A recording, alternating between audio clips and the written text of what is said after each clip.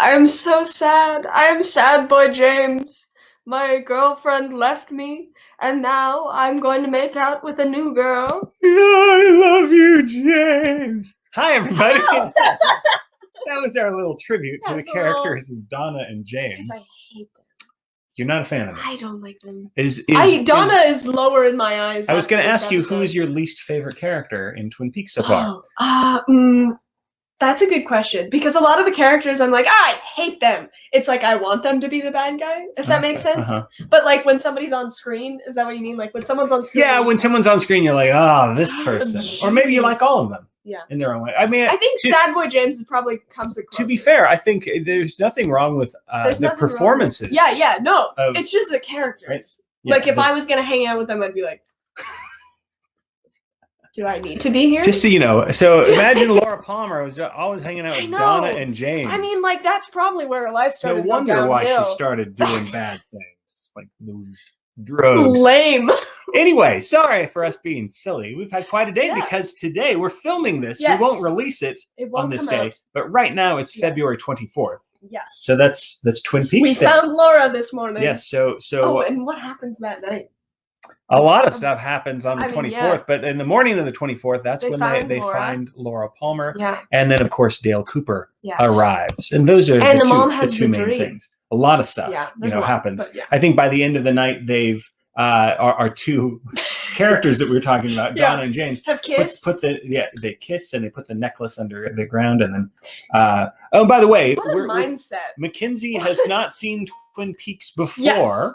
Yes. However, she is now into season 2. So if you are just joining us and you don't know what the show is, this is basically a little series we're doing the first time watching Twin Peaks. Yes. I've seen Twin Peaks a couple times. I'm watching it now. And so there will be spoilers for up to episode 1 of season 2. Yeah, so don't watch this if you haven't watched those. Because we are unpacking the mystery and I'm keeping track to see. This is more for people who want more Twin Peaks. Yes, content. if you miss the thrill of watching Twin Peaks for the first time, that's why I brought Mackenzie here to see. I got a new take. And I hope you still like watching it. I do. Okay. Here's the only thing though. If we don't find out the killer, I'm gonna be kind of angry. Okay. Like if we never. So right now you're enjoying the ride. Yeah, but the destination is important. Yeah, the destination is important. And I know like Dale Cooper would be like, the destination's not important. Or if we haven't met the killer, or if it's just the guy with the long hair, I'm going to be a little sad. Okay. So I've collected some images from episode 1 of season 2, which is called, and if you see me looking off the sides, because I'm trying to press these little buttons like this one. It's called May the Giant Be With You. May the Giant Be With You. May the Giant Be I like with the you. Giant. Okay. And well, then we will talk about the Giant. But first, let's look at this image. Yeah. What'd you think of this guy? Him. Well, first of all, I was right. Dale Cooper, fine and dandy. He had a vest on. He was good, except he did get shot. One of the bullets got the tick, and and he's walking around by the end of the episode. So when he's on the floor, it looks like he's losing a lot of blood. But it must have been a superficial wound because like most wounds to the gut is gonna be fine.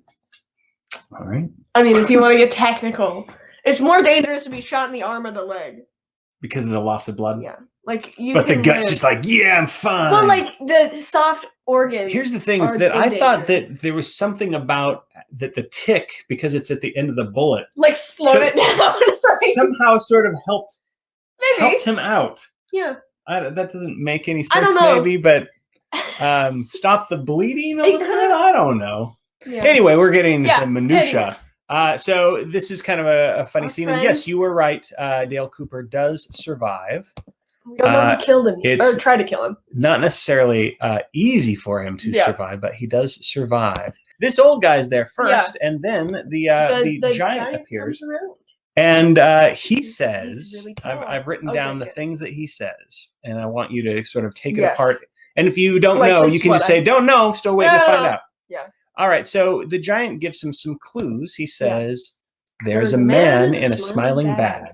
And there is a man in a smiling bag. Later on, when we see not Leo, but Jacques. Jacques. We see Jacques, who spoiler alert, was killed by Laura's father. I don't know why I said spoiler alert, but just warning people. Just warning. Okay, so but yeah, he's in a body bag that he then sees open and kind of like an open smile. Okay, so Dale Cooper's saying like, okay, yeah, that's a smiling bag. That's a smiling bag. The owls are not what they seem. Okay, I have a theory about this one. We haven't like seen anything yet, but my theory is that the owls are going to be like important, like important in some way. Birds are already emphasized in this whole thing. Yes. And so I think Dale Cooper doesn't like birds. I think the owls might be fake. I think some of the owls might be cameras. The owls might be cameras. The owls might be camera instead of owls. Because we haven't seen an owl fly. So there's going to be something fake. Turn his little head. Gotcha. Something fake about the owls or something camera-like. Or he could, they could be wearing a wire. Like an owl with a wire. I don't know. That sounds fun. Without chemicals, he points. Without chemicals, he points. Now, this one we had forgotten. Yes. Through the whole episode. Yeah. 5 minutes after the giant, we were like, what's the third one? Because here's the thing. He says, if I remember correctly, the giant says, I can tell you three things. Yeah. And then it's like, here's a bonus one. It's like, you just told us you can only tell us 3 things. Yeah. And there's a bonus one. Yeah. And then he comes back at the end of the episode and he's like, I got some more things to tell you. He's got a lot of truths to tell. It's like, oh, and you forgot something. Right, and it's like, what did he forget? Probably But anyway, so now that I've written it down for you, though, with any interpretations. I have a feeling that it's going to involve some type of cocaine. Okay. It has been the emphasis on drugs. So I'm going to say that I'm going to guess that the chemical is cocaine. And I could be definitely wrong. It could be some kind of like, I got to put some acid on this thing and then it won't point. So you think the chemical is cocaine or a drug? Yeah. And that someone is going to just like point and blame fingers until they get their fix. Okay, so someone that wants a fix. Right. Yeah. Okay. Someone who's like addicted, needs something. Okay. Yeah. That's interesting. And the other one that I didn't write down is the bonus one. Yes. It's about Leo locked inside Hungry Horse. Yeah. And does Andy figure that out? He does. Andy does figure it out. He says that Leo was at a jail cell called the... I think in the town of Hungry Horse. So he was in the jail when Teresa Banks was murdered. So it can't be him if it's a serial killer, which we don't know. It's true. All right. Well, pressing onward beyond the giant. We'll I hated this. See what the characters are up to and get Mackenzie's reaction. This was awful. Meow. If you don't remember, it's his daughter he's trying to see her face and have sex with. And he doesn't know that it's his daughter. I know, but here's still the gross. thing, is that I think that it's like still, even if it wasn't his daughter, it'd still be gross. But weird part, I don't know if she took off the mask, if he'd be able to recognize her. Because he's such an errant father. He's like, where is he? He owns this place. All right, and we haven't talked. So where does he stand on your suspect list? Way down the list, up high on the list, in the middle. I know he's never been in the top 3, but he's in the middle. Not. But like, if you're a male in this town, then you're somewhere in the middle of my list. Okay, to be fair. Gotcha. And Leland Palmer. Leland Palmer, his hair goes white. It's wild. It's really wild. Leland Palmer killed a man, and then all of his hair turned white. And somebody said they smelled like gasoline/oil. Oh, it was the Dr. Jacoby. He says Jacoby. He's like, I smelled oil/gasoline. So. But he's like, yeah, that's fine. So Go Leland home. has murdered one of the prime suspects in the case and has not been caught. No. So here's Maddie, cousin Maddie, and she looks in this scene. She looks on the carpet. She's talking about her dream. Yes. She looks on the carpet. And there's like that weird, like a weird stain. Trail, or stain, like that. It's sort of like animated for the TV show or something weird. I couldn't tell if it was like blood or an outline of a river. It's kind of the feeling that it gave me, like the outline of the falls. Okay, that's the kind of feeling. So a river, a river impression. from the Yeah. Snoqualmie Falls. Okay.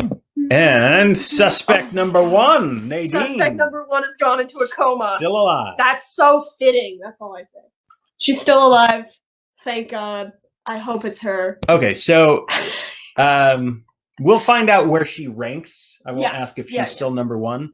But assuming that she is considered a suspect or is connected, why did she supposedly take the pills? Take her life. So my theory is that she's having a hard time living with the guilt. Mm-hmm. She's trying to justify it to herself when she's watching the TV show. Okay. Where the bang. Gotcha. Chet. And then okay, so let me pause you there. So if she killed Laura and she feels guilty about killing Laura, what was her motivation? What could have been her motivation to kill Laura? I think that possibly our last man could have been Ed or someone she thought was Ed. Okay. So the third person that Laura had slept with was either looked like Ed and she was like, oh no, Ed. And then she went at blind rage, murder time. Or could have been Ed. Yeah. Or could have been Ed. So she mistook the third person. Yeah. For Ed. Being Ed. And so it was. Or there's something like connected, like in the drug relationships, to Ed. Okay. Yeah. Because Laura does go around their house quite a bit, right? Because she's secretly dating their. Gotcha. So, but to be clear, we're talking about something that's like snapping out of jealousy. Yes. Yeah. Okay. Like a jealousy, like, Cool. There's other people in the hospital. You mentioned Jacoby. There's also this. Oh my God! The only time we've ever seen something that kind of looks like a vegetable. Yeah, there's not too many vegetables in this show, and I don't know that this counts as a vegetable. There's Pete and Catherine. It does not show up in this episode. Yeah. And neither does Josie, but we see Pete. And what do you think of the Mill folks, the Packards? Yeah. So the interesting thing is that Josie is being looked for. There's a guy who calls and is like, "Is Josie there?" Mm-hmm. And they're like, "No." And he leaves. And we haven't seen him before. And I think that at the end of the last episode, you'd guessed that Josie shot our mans. Yeah, shot Dale Cooper. Yeah. And is she still your number one suspect? I think she's number one suspect for shooting Dale Cooper. For shooting Dale Cooper. But not for killing Laura Palmer. Not for killing Laura Palmer. I don't think she has anything to do with Laura Palmer. I love this scene. This was great. Scene was wonderful. He's describing this dream that he has about his son Bobby to Bobby. Yeah. And Bobby has this really emotional moment. Yeah. And I wanted them to hug, but they just shook hands. You know what? That's okay. But it's funny because the dream describes hugging each other and not holding back. Right. And so it's interesting that they're acknowledging that we need to hold back. I mean, it's a good handshake. Yeah. It's nice. It's very meaningful. Very firm handshake. Yeah. So this is kind of one of my favorite Twin Peaks moments, at least when I'm looking for, because Twin Peaks has this evil and this goodness that's going on, the kind of back and forth. Like everyone is good and also evil. Maybe, but at the very least, there are within this world. Yeah. There are good things and good people. Yeah. But maybe I'm trying to lead you on. Maybe he did it. But he's not been on the radar. He is not. I don't know what he does, but you did say when you saw the wife with the scissors at the beginning, it's her. But I don't think it's her anymore. But maybe. We know this guy's a scumbag, but do you think he's sort of charismatic scumbag? Anytime we have a character that's portrayed as evil in this show, I kind of end up liking them because it's when they're upfront about being evil? It's like, oh yeah, I would definitely in a life in a situation where it's I gotta pick who I'm with. Mm-hmm. And if I can pick somebody who I know is bad, like Hank or Ben or Jerry, if I know they're bad and it's not like all these other people, well, probably not Ben. What kind of scenario are you talking about? I don't know, because look going out to dinner. If we're going out to dinner, I thought you were talking about a frightening scenario or action scenario. Because if I'm with Hank and it's The Walking Dead or something like that, he's going to shoot me in the leg so that I get gobbled up by the zombies and he runs away. Would he though? Because he seems kind of like a good friend, you know? He kind of seems like a good friend. He killed that woman, or he tried to kill Leo. It's true. He did. He was like, Leo is a pretty bad guy, and okay. Yeah, I don't know.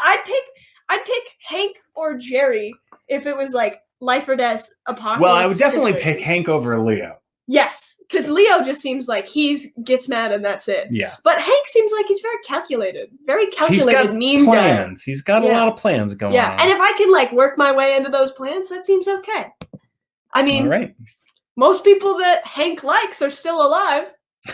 That's what I'm saying. Most people. Well, James is back in jail. James, sad boy James. James is back in jail. And this is a strange scene where Donna is wearing like trying to be sexy, wearing Laura's sunglasses, and she's smoking, and she's trying to kiss James through the bars. Really like. So what's going on with Donna in this episode? Well, you brought up the point she has the glasses. Mm-hmm. And I'm going to take it a step further and say, people, we can't see their eyes. I don't think that we can trust them. Okay. And that goes for Nadine as well. Because one eye is always hidden or gone, I guess we should say. All right, so here's a great scene. Yes. Oh my gosh, I love this Leland comes in and they just start dancing. Group of friends. I loved that scene. See, like Ben and Jerry just seem like if you're friends with them, you're gonna have a great time. Like, it seems like as long as you're valuable to, like when Ben and Jerry are taking the Norwegians and the Icelanders out of town, everybody's having a good time. Jerry seems very smart. Yes, Jerry seems I don't know really how many languages he speaks, but it's a lot. Quite a few. Yeah, so Leland comes back singing, and they're happy to have him back. And they're like, he's good again. Yeah, it's like, all right, let's dance on the table. They're like, heck, they don't even ask about his white hair. They're just like, yes, just like, my man. Back. And Albert is back in this episode, and Albert is a little stinker. Albert in this one. What do you think about Albert? Albert you can't see his eyes. Do you trust him? That's true. I don't know. He takes them off though. He does take them off. He doesn't wear them. Only when he's like coming on. Albert is who I am on the inside of myself, and Dale Cooper is who I am on the outside. Wow. That's how I see Albert. Albert's me to myself. And like inside here. So does that mean like I'd think those things, but I wouldn't. You think Albert thoughts about people? Yes, but I wouldn't say them. I say Dale Cooper things. Yeah, yeah. Okay. That's the analogy. I like that. And Andy makes a discovery. First, it's embarrassing, but then it uncovers the. It's still embarrassing. The shoes and the drugs. Yeah, Andy. What do you think of Andy here in the scene? I don't trust. You don't trust him? Wrong with Andy. There's like something like very. Okay, so going back to your suspicions about Andy, so if he's guilty, does that mean that the clumsiness and the goofiness is a facade, or could he be clumsy and goofy and still be? Could that be genuine? If he's the killer? Genuine? Well. When I spilled coffee on myself today, I was like, wow, if I was in Twin Peaks, I would think that I'm the killer. Because I find myself in so many situations that I'm just like, why am I here? What am I like? That's so goofy. You know what I mean?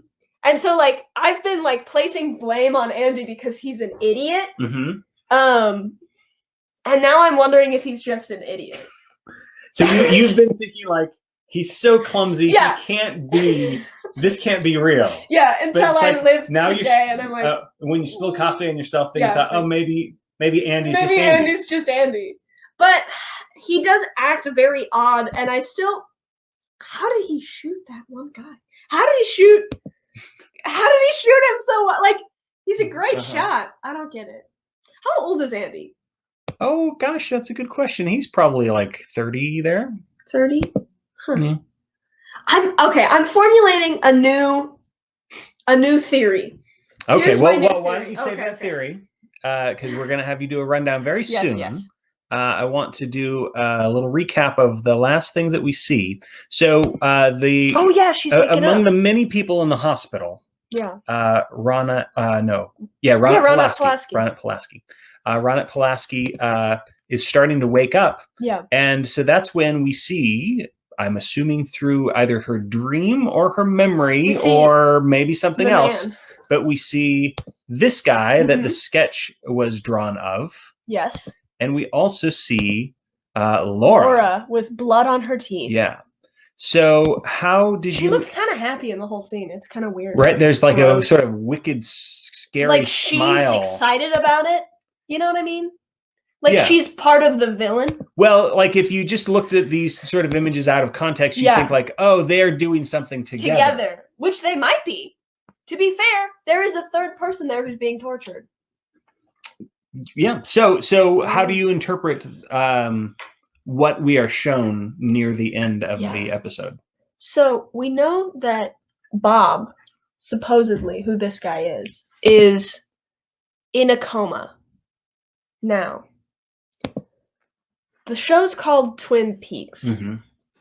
Bob may have a twin, possibly one of the people in this cast that we've been watching. So not an identical twin. Not an identical twin, but a twin. But a twin. Yeah. Okay. Because that would kind of throw things out of whack, right? Because we've been thinking because Laura has her cousin who looks the same, but you can have a twin that doesn't look the same. That's true. So Bob could be Nadine's twin. Bob could be Andy's twin. Bob could be anybody's twin. Okay. Anybody who's about his same age, which I don't know how old Bob is. Gotcha.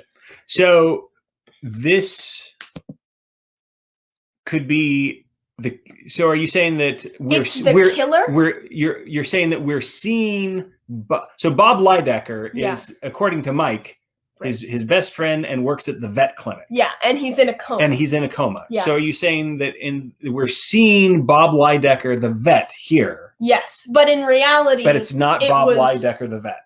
Right, like it was somebody else. Somebody else that's either related to him or like connected in some way. Okay.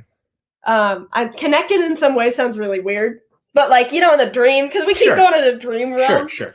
It seems like someone is related to Bob because I don't think Bob did it. I think that's too on the nose.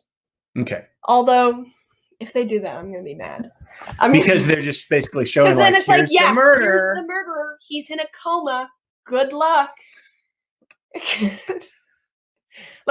faked his coma. Okay. And Mike does show up. Mike does show up to sell some shoes. What are your feelings on this guy right now? Mike may have shot our friend, and he's feeling a little gross. He's feeling a little suspicious. May have shot our friend Dale Cooper. Oh, Dale Cooper. Yeah. So he's suspect number 2 for you? Yes. Yeah. For shooting Dale Cooper. Because I don't think he has anything to do with Laura. Okay. I think they keep throwing stuff at us. All right. They do throw a lot of stuff. They throw There's a lot of stuff to sift through. But now it's time for you to let's see. The giant makes another appearance where he says, hey, 1 person saw the third man. Yeah. 3 have seen him, yes, but not his body. 1 known only to you, ready now to talk. So we got some more riddle kind of stuff, but it's also kind of emphasizing the third man kind of ideas being there's emphasized. Someone there, and they didn't see his body. Yeah. Kind of thing. So, who? Let's go through your suspects. Yeah. So I want you to pick 3 suspects, and maybe it's the same ones. Yeah. And if it is, take us through why you still, are you just holding on to it because there's it's easy? It's easy, or maybe it's like, hey, I had a good idea, and there's no new evidence. Right. Or do you have a new way of looking at it? And if so who's suspect number 1? So suspect number 1 is still Nadine. Okay. But I'm going more off of that it could be her brother. Gotcha. It could be Bob, kind of possessing her in a way. Maybe not literally possessing her, but in some way possessing her. While he's in the coma? Okay. Right. So now you're thinking. I'm thinking the more idea of Bob is more a mindset than a person. Gotcha. Bob is less of the suspect. It's more of the person's mindset. So what about the jealousy aspect that we were talking about? Is that are you rethinking that idea? Yes, I'm rethinking the jealousy aspect, but I do think there's something to be said about 2 people who are now suddenly both in a coma.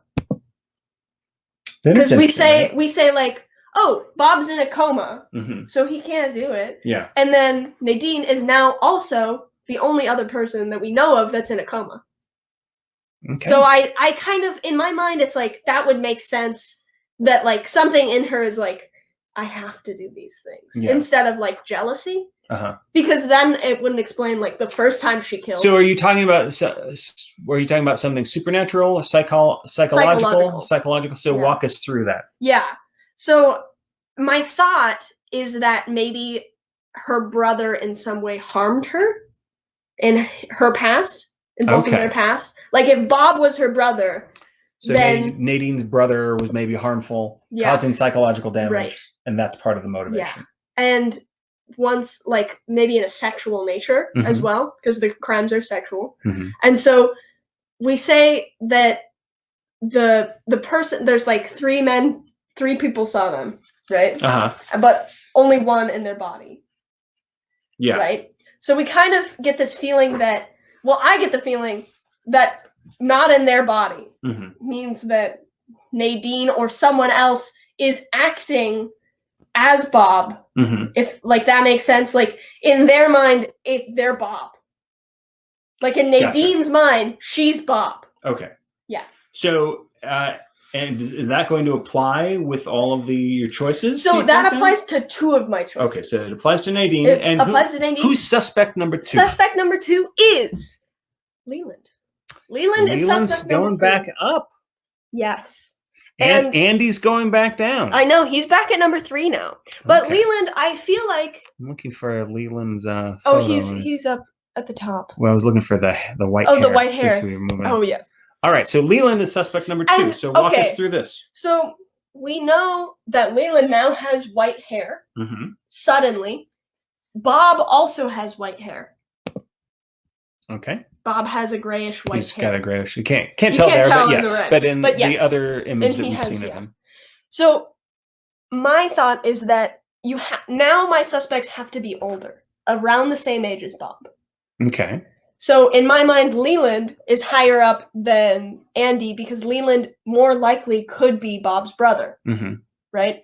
And so he could have a twin brother that he feels he needs to avenge in some way, that maybe his brother was wronged, and he gets, like, caught up in the Ben and Jerry. He gets caught up in that.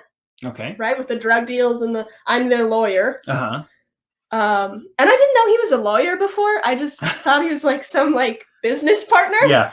But he's a lawyer, and I feel like he could have gotten caught up and just decided, like, no more Laura, you know? Like, he killed one person, and then he was like, finds Laura in the same life of crime type thing, and he's like, I can't. Maybe Laura knows something about him, and he can't let that get out. And it's part of the Bob thing. Gotcha. So, like, Bob's his brother, but he also has a reason to kill him. So to clarify, the motivation behind Nadine is sort of a trauma, so survivor of trauma and snapping, and maybe jealousy mixed in there. Yeah. If I'm not putting in words. Yeah. And with Leland, it's more about covering things up. Covering things up. That's the impression I get from like lawyer aspect. And then also maybe some type of. I'm trying to figure out with the brother angle that you're talking about, though. Oh, so what I'm thinking about is that if Laura actually does have a twin sister, like if that girl that has come to town is Laura's twin sister, then he might feel compelled, like maybe he put his brother in a coma. And so he feels like there can only be one. So he has to like. So like if there's twin things. Yeah, it doesn't work. Okay. Like there's good and bad has to win, or like good has to win in his eyes. Do we know how the vet Bob Lydecker, do we know how he got put into a coma? I don't think so. Okay. I don't recall. Maybe we do. Do you know? I don't know. I don't know, and I'm going to be embarrassed if it's like they tell you in episode 2. It's like, yeah, it seems like Mike is just saying Bob Lydecker's just the best friend I have in the world. He's in a coma. And it's like, yeah. Okay. So it's like, okay. Yeah, and they accept that, and they're like, great, fantastic. There's lots of people in comas, apparently, so it's not that unusual. Happens all the time. I know that Dale Cooper didn't ask. He did not. He would not. He doesn't ask questions. He doesn't ask very many questions. That's my issue. That's my issue. He just knows. He knows. He's like, yeah, that's right. All right, so person number 3 is Andy? Yes. Person number 3 is Andy, even though he's still, a fool. And so, if we're looking at this image, is there a connection to this? Do you have to sort of just say like, this Bob person is not the killer, or this is not a replacement memory, it's like a Bob, like a personality that Andy would put on. Because Andy seems like he puts on personalities, like he puts on a mask, Okay. Like sometimes he's like, well, I'm Andy. And then sometimes he's like, bang. So is this a mask or Andy's actual personality? Like maybe a wig and Andy's actual personality. Okay, so he got dressed up a little bit. Yeah, like he's a little bit different. A little bit in disguise, and now Ronette's not seeing Andy. Right, and she can't see Andy. And in that case, is Bob Lydecker the person that's supposedly in a coma, even this same guy? No. Because I can't remember, have they shown... Didn't we talk about this? Did they show Bob's illustration to No, Mike? They didn't show Bob's illustration to Mike, and I'm pissed. So it could just be a guy named Bob that's not connected. Yeah, Mike said like, man. That's not Bob Lydecker at all, right? Yeah, so they're dumb. So there's some clues that Dale Cooper could find out for us. And he's just like, let's go gamble. I'm gonna put myself in danger. But you know what? There's a lot of it's I like him. I love him. Can't fall dead. Or they were walking in one the last woods. thing about the giant before we go. So what's the deal with the ring, and how do you interpret that? Oh, so he takes the ring, and it's like the only reason we know it's not a dream is kind of what it feels like. And it's a pinky ring. I feel like I should be getting more from it, but I kind of just like, it's David Lynch. It's a pinky ring. Yeah, that makes sense. So it's something that it's at least for Dale Cooper and what the giant's saying. It's like, so it's kind of way, like you say, it's like this will confirm that this is a dream, and he looks and it's not there. It's not there. So is that confirming that it's not a dream to you, or do you think like it could still be a dream and the pinky ring, Yeah. He got shot. Maybe the pinky ring's not on his finger. I don't have enough evidence to say like it's not real, or like, how did he apparate inside of the room? Because he could be, he could be coming into the room. Both times Dale Cooper's been like, bleeding out or in bed trying to go to sleep. And so he says, I'm running on, like, I haven't gone to sleep in 3 days. He hasn't gone to sleep. And he's bleeding out, and so he could be hallucinating. He could be hallucinating, or just a guy walks into his room to give him some clues, and he doesn't see him walk in because he's like, whoa, what the heck? Like, he could be like, I'm bleeding. Oh, man, there's a guy there now. He just apparated, oh, magic. We heard you like Tibet, so we're going to give you some mystical clues to work on. Yeah. All right. Well, an exciting episode. Good job breaking things down. It's neat to see that your list is pretty much the same with things tinkering, but you're adding more to it. You're adding more to it because we got this weird sort of image at the end. So you're trying your best to make sense of it. And I can't wait to keep watching it with you. So if you have enjoyed watching this, you can cheer us on. Mackenzie's not going to read any of the comments. Yeah, so, I'm not going to look at it. So you are free to put in comments, and after we're all done watching it, we might go back and look at some of the comments. We could react to the comments. See people like, you did a brilliant job. You're so amazing. Or you're worse than Andy. You're Andy. We suspect you as the killer. All right. Goodbye, everybody. Happy Twin Peaks Day. Bye.